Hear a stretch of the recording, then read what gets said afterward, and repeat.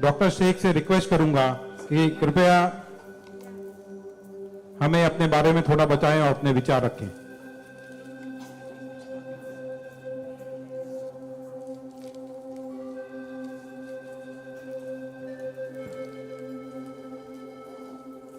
सबसे पहले तो मैं अल्लाह रब्बुल इज़्ज़त की बहुत ज़्यादा शुक्रगुजार हूँ कि उसने मुझे इतनी इज़्ज़त दी और इस मकाम तक पहुँचाया कि मैं अपनी लाइफ के जो फैक्ट्स हैं, जो जर्नी में आपके साथ शेयर कर सकूँ। मैं बहुत ज़्यादा शुक्रगुजार हूँ भारत विकास परिषद की प्रेसिडेंट सुनील शाह की, और उससे ज़्यादा शुक्रगुजार हूँ यहाँ पे हमारे प्यारे डॉक्टर अनिल मुरारका सर की, जिनके सपोर्ट की वजह से हम बहुत सारी जगह पे जाते हैं और लोगों को मोटिवेट करते हैं। और जितना डॉक्टर अनिल मुरारका सर एक डिसेबिलिटी को लेकर जितना कंसर्न्ड है, उतना मैंने किसी को नहीं देखा। तो I really thankful for him for that. 2008 मैंने अपना 10th क्लियर किया था। मैंने टॉप किया था पूरे जोगेश्वरी में विथ 92.15% लेकर, और मेरा ख्वाब था कि मैं डॉक्टर बनूं और लोगों को सर्व करूं। मैं मिडिल क्लास से ताल्लुक़ रखती हूँ। मेरे जो अब्बू हैं वो वेजिटेबल वेंडर हैं, तो हमारे घर पे बहुत फाइनेंशियली प्रॉब्लम थी। तो मेरा बस एक ख्वाब था कि मैं डॉक्टर बनूं, लोगों की हेल्प करूं, और उसके लिए मैंने साइंस में एडमिशन लिया। देन 11 साइंस जब मैंने एडमिशन लिया, मेरा कॉलेज बांद्रा में था और मेरा घर जोगेश्वरी में। मैं रोज़ लोकल ट्रेन से ट्रैवल करती थी Jogeshwari to Bandra. 7 October 2008 that was the day जब मैं कॉलेज से घर वापस आ रही थी। मेरे सेमेस्टर चल रहे थे उस वक्त, और सुबह 10 बजे का वक्त था। 10 बजे, आप सब लोग मुंबई से बिलोंग करते हैं, सबको पता है लोकल ट्रेन में बहुत रश आर होता है। वो ट्रेन जब अंधेरी से निकली, मैं अपनी सीट से उठी और मुझे नेक्स्ट स्टेशन मेरा जोगेश्वरी था, मुझे वहाँ उतरना था। लेकिन मेरे सीट से उठने और स्टेशन के आने तक के बीच में वो एक लम्हा था जिसमें मेरी पूरी जिंदगी बदल गई। मैं जब सीट से उठी, उसके नेक्स्ट मोमेंट मैंने अपने आप को ट्रेन की पटरियों के नीचे पाया, और जब मेरी आंखें खुली तो वही ट्रेन जिसमें मैं ट्रैवल कर रही थी वो मेरी आंखों के ऊपर से बहुत तेजी से गुजर रही थी। एक लम्हे को लगा कि मैं कोई ख्वाब देख रही हूँ, लेकिन जब ट्रेन पूरी तरह से मेरे पैरों से गुजर गई, मैं वहाँ हेल्पलेस थी। और जब बहुत दूर जाके किसी ने चेन रोकी, वो ट्रेन रुकी, और उस ट्रेन को रुकता हुआ देखकर मुझे एहसास हुआ कि मैं कोई ख्वाब नहीं देख रही हूँ, मैं सच में ट्रेन से गिर चुकी हूँ, और मैंने अपनी दोनों टांगे उस ट्रेन के पहियों के नीचे आ गई है जिसमें मैं ट्रैवल कर रही हूँ। वो पूरी 12 डब्बे की ट्रेन मेरे पहियों से गुजर गई, किसी ने चेन रोकने की हिम्मत नहीं की। और मैं जब वहाँ गिरी तो लोगों ने मुझे देखा, और 10-15 मिनट बाद काफ़ी लोग आए, मेरे आसपास खड़े हो गए। मेरे पास सेल फोन नहीं था। मैंने अपनी बैग से उस वक्त डायरी निकाली, मैंने लोगों को फरियाद की, बहुत रिक्वेस्ट की, बहुत रोया वहाँ पर कि मेरे घर पे एक फ़ोन कॉल करके बता दो कि मैं यहाँ पे हेल्पलेस पड़ी हूँ विथ हैवी ब्लीडिंग, मेरे बचने की कोई चांस नहीं है। एटलीस्ट मेरे घर वालों को पता होना चाहिए कि मैं यहाँ पे इस हालत में हूँ, मुझे लावारिस लाश बन के नहीं मरना है। बट उस वक्त मैं यही कहूँगी कि अल्लाह ताला की मसलहत थी। अल्लाह ताला उस वक्त जो मेरी तकदीर में था, किसी ने मेरी हेल्प नहीं की, और मैं वहाँ पे 30 मिनट ऑलमोस्ट मैं ट्रैक पर विथ हैवी ब्लीड, मेरे दोनों पैर ट्रेन के पहियों के नीचे आ गए थे। मैं उसी हालत में पड़ी रही और मैं कॉन्शियस थी। मैं बस लोगों के सामने रो रही थी कि मुझे कोई पानी पिला दो, कोई घर वालों को कॉल कर दो, लेकिन किसी ने हेल्प नहीं की। And after 30 minute I got railway help. Then मुझे गवर्नमेंट हॉस्पिटल लेकर जाते हैं, वहाँ पर भी कुछ ओटी स्ट्राइक होता है, मुझे फौरी ट्रीटमेंट नहीं मिलता है। एंड देन मेरा एक्सीडेंट सुबह 11 बजे होता है और मुझे 6 बजे जब मेरी फैमिली प्राइवेट हॉस्पिटल लेकर जाती है, then I got a treatment. And उसके बाद 16 साल की थी मैं जब मेरे साथ ये एक्सीडेंट हुआ। आप समझ सकते हैं 16 साल की उम्र में 1 मिनट में मेरे 2 पैर कट गए थे, मैं डिसेबल हो गई थी, मैं हेल्पलेस हो गई थी, मैं खुद से उठ नहीं पा रही थी, ना बैठ पा रही थी, ना एक तरफ से दूसरी जगह मूव हो पा रही थी। मैं मेंटली डिसेबल हो गई थी, फिजिकली डिसेबल हो गई थी और फाइनेंशियली कंडीशन भी काफ़ी वीक थी। वो सारी चीज़ें मेरे दिमाग में चल रही थी और जब लोग मुझे देखने आते थे तो कुछ लोग हमदर्दी में नेगेटिव कमेंट्स भी करते थे कि 16 साल की बच्ची है, 2 पैर खो दिए हैं, सारी जिंदगी माँ बाप के ऊपर बोझ रहेगी, ये जिंदा क्यों है, इससे अच्छा ये मर जाती। ये सारी बातें लोग आके जब मेरे सामने करते तो मेरे जहन में वो सारी बातें चलती कि सीरियसली मुझे अल्लाह ने जिंदा क्यों रखा, जब मुझसे दोनों पैर ही लेने थे 16 साल की उम्र में, मैं खुद से मूव नहीं कर सकती हूँ। मेरी मम्मी को इतना सब कुछ झेलना पड़ रहा है। जिस उम्र में मुझे अम्मी की हेल्प करनी चाहिए उस उम्र में वापस से मम्मी मुझे गोद में उठाकर लेकर जा रही है, वापस से मेरी खिदमतें कर रही हैं। तो मेरी जिंदगी का मकसद क्या है, मुझे दोबारा जिंदगी क्यों दी अल्लाह ने।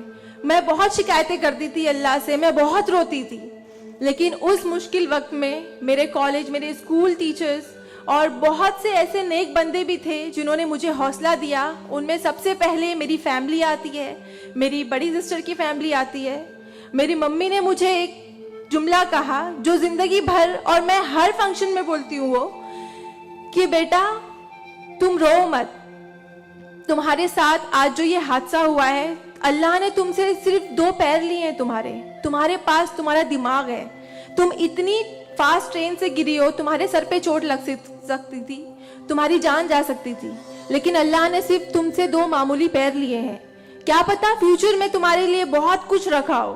तब मुझे बातें उनकी समझ नहीं आती थी, लेकिन अल्हम्दुलिल्लाह अल्लाह का लाख लाख शुक्र है कि आज इस मौके पर जब लोग मुझे एज अ इंस्पिरेशन समझते हैं, एक आइडियल करते हैं, तो मुझे समझ में आता है कि मेरी अम्मी सच बोलती थी कि हौसला रखो, सिर्फ 2 टांगे गई है। आज मैं जब अपने प्रोस्थेटिक लेग से चलती हूँ तो लोगों को पता नहीं चलता कि मेरे पास 2 पैर नहीं है, मेरा एक पैर थाइस के पास से नहीं है, दूसरा नी के पास से नहीं है, बट लोगों को ये अंदाजा नहीं होता है। तो बस मेरी अम्मी ने जो एक बात कहा था कि अल्लाह पे यकीन रखो बच्चा, तुम्हारे साथ जो हो रहा है और जो होगा वो सब अल्लाह ने प्लान किया हुआ है, तुम बस हिम्मत मत हारो कभी भी, और बस डटे रहो अपने जुनून के पीछे कि तुम्हें डॉक्टर बनना है। तुम्हारी 2 टांगे नहीं तो क्या हुआ, तुम्हारे पास दिमाग है, तुम ज़हीन हो, तुम आगे बढ़ो, और क्या पता तुम आगे लोगों को आइडियलाइज कर, लोग तुम्हें आइडियलाइज करें इस चीज को लेके। मेरे doctor Sanjay Kantharia, orthopaedic surgeon, उन्होंने सबसे ज्यादा सपोर्ट किया इस बात को लेकर कि तू डॉक्टर बन।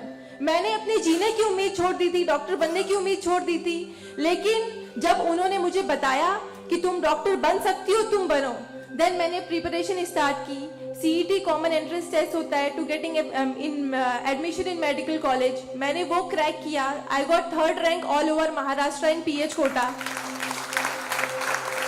एंड आफ्टर दैट मुझे बहुत खुशी हुई कि मैंने 3rd रैंक क्लियर किया है। Now I got admission, I will get admission in MBBS।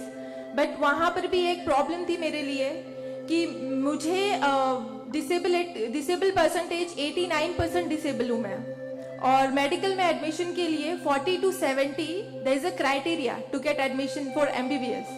मैं मोर देन 70% डिसेबल हूँ, ये कहकर मुझे उन्होंने डिनाई किया कि आप एलिजिबल नहीं हो, आप MBBS में एडमिशन नहीं ले सकते हो, आप डॉक्टर नहीं बन सकते हो। तो उस बात को लेकर मैं बहुत डिप्रेस हो गई। देन मैंने वापस अपने डॉक्टर से हेल्प मांगी, उन्होंने मुझे एक मशवरा दिया कि आप हाई कोर्ट जाओ, बॉम्बे हाई कोर्ट, और जिस बात के लिए एक नॉर्मल स्टूडेंट को सिर्फ पढ़ाई करनी होती है, अच्छा रैंक लाना होता है, मुझे उस चीज के लिए मैंने वो किया, लेकिन उसके बाद भी मुझे बॉम्बे हाई कोर्ट जाना पड़ा। एंड मैं गई, मैंने अब हार नहीं मानी और मैं गई, बिकॉज वो मेरा हक था, मुझे डॉक्टर बनना था। और जब मैंने वापस अपनी नॉर्मल जिंदगी स्टार्ट की अपने प्रोस्थेटिक लेग से, मैंने आना जाना शुरू किया, अकेले ट्रेन ट्रैवल करना शुरू किया, देन मैंने रियलाइज किया कि मेरे अंदर कोई कमी नहीं है, मैं एक नॉर्मल लड़की हूँ, मेरे पास पैर नहीं तो क्या हुआ, मैं लोगों को सर्व कर सकती हूँ, मेरे अंदर पैशन है डॉक्टर बनने का। तो मैंने वो बस अल्लाह पे यकीन रखा और मैंने ये सोचा कि अगर अल्लाह ने मेरी किस्मत में रखा है डॉक्टर बनना तो मैं जरूर कोर्ट में फाइट करूंगी। एंड देन मैं बॉम्बे हाई कोर्ट गई इन 2011 और वहां पे मेरा केस मोहित शाह, चीफ जस्टिस मोहित शाह ने देखा, उन्होंने मुझे ऑब्जर्व किया, मेरे प्रीवियस स्टडी रिकॉर्ड्स देखे, वो सारी चीजें देख के, और उन्होंने जब मेरा पैशन देखा डॉक्टर बनने का, सर्व करने का, देन उन्होंने मेरे फेवर में फैसला दिया। एंड 2011 अल्लाह का लाख लाख शुक्र है कि मुझे इंडिया के टॉप मोस्ट कॉलेज में एडमिशन मिला, which is Saint GS medical college and KM hospital. Then 2011 में मैंने अपना एमबीबीएस में एडमिशन लिया। वो जर्नी बहुत आसान नहीं थी मेरे लिए, क्योंकि मेरे पास 2 पैर नहीं हैं, और जब मेरी काउंसलिंग चल रही थी एडमिशन को लेकर, तो काफ़ी जो डॉक्टर्स का पैनल था उन्होंने मुझे बहुत कुछ हकीकत बताई थी कि आपके लिए डॉक्टर फील्ड आसान नहीं है, इसमें पढ़ाई करना 5.5 साल, आपको एक ओपीडी से दूसरी ओपीडी जाना होगा, और तब मैं 2 क्रचेस यूज करती थी मेरे लिए। तो आपके लिए बिल्कुल भी आसान नहीं है, आप हार जाओगे, 1 साल पढ़ोगे, दूसरे साल आप डिनाई कर दोगे, एडमिशन नहीं लोगे, आप गिव अप कर लोगे। लेकिन बस मैंने दिल में ठान लिया था कि मुझे इन्हें गलत साबित करना है, और मुझे लोगों को प्रूव करके दिखाना है कि एक लड़की जो 89% डिसेबल है, जिसे लोग ये कहकर सुनाते थे कि सारी जिंदगी माँ बाप के ऊपर बोझ पर बनी रहेगी, उन्हें प्रूव करना है कि मैं डॉक्टर बन के लोगों को सर्व कर सकती हूँ। और जो मेरे दूसरे डिसेबल भाई बहन हैं, उन्हें भी शो करना है कि after disability, after accident, post accident जो लाइफ होती है वो आप नॉर्मल गुजार सकते हो अपने हौसले की बनिस्बत। तो मैं बस 5.5 साल मैंने बहुत कोशिश की, बहुत दर्द सहे, लेकिन मैंने अल्हम्दुलिल्लाह 2016 में फर्स्ट क्लास से मैंने अपना एमबीबीएस क्लियर किया। और इस बात को देखते हुए मुझे बहुत खुशी होती है, इस बात को बहुत प्राउड मोमेंट था मेरे लिए कि इन 2016 ऑन वुमेन्स डे 8 मार्च मुझे बॉम्बे हाई कोर्ट में फेलिसिटेट किया गया, जो एक हिस्टोरिक मोमेंट था वहां पर कि आउटसाइड से किसी को उन्होंने फेलिसिटेट किया। देन उसके बाद मुझे काफ़ी कॉल्स आए एज अ मोटिवेशनल स्पीकर, मुझे काफ़ी अवार्ड्स मिले, और तब मैंने सोचा कि मेरी जर्नी सिर्फ एमबीबीएस तक नहीं, मुझे लोगों को और प्रूव करना है कि 89% डिसेबल हो के अगर मैं एमबीबीएस कर सकती हूँ तो मुझे मेडिकल फील्ड की हायर डिग्री अचीव करनी है, which is MD, medicine in doctor in medicine. Then मैंने उसके लिए भी कॉमन एंट्रेंस टेस्ट दिया, and again I got third rank in all over Maharashtra. और यहाँ पर भी देन अगेन उन्होंने प्रॉब्लम क्रिएट की मेरे लिए। After completing my MBBS with flying colours, उन्होंने वापस मेरा मेडिकल एडमिशन डिनाई किया कि आप नहीं कर सकते हो because you are 89% disable. Then मुझे एक बहुत हम्बल इंसान मिले, member of parliament Kirit Somaiya sir, उन्होंने फौरन से मेरी एप्लीकेशन सेंट्रल हेल्थ मिनिस्टर के पास लेकर गए, और वहां से विद इन 2 डेज ये जो क्राइटेरिया है 40 to 70% डिसेबिलिटी का मेडिकल में एडमिशन के लिए, this is a 20 years old clause, और विद इन 2 डेज ये क्लॉज चेंज करवाया उन्होंने बिकॉज ऑफ माई एप्लीकेशन। वो क्लॉज चेंज होके बस ये है कि मिनिमम 40% क्राइटेरिया है, और मोर देन 70% जो भी डिसेबल हैगा they will get admission in medical field. तो मेरी जो जर्नी थी यहाँ तक की, और उसके बाद मैंने रिसेंटली 2019 में मैंने एमडी में एडमिशन लिया, और with same college Saint GS medical college and KM hospital, और मैं अभी रिसेंटली फर्स्ट ईयर रेसिडेंट हूँ एमडी पैथोलॉजी में।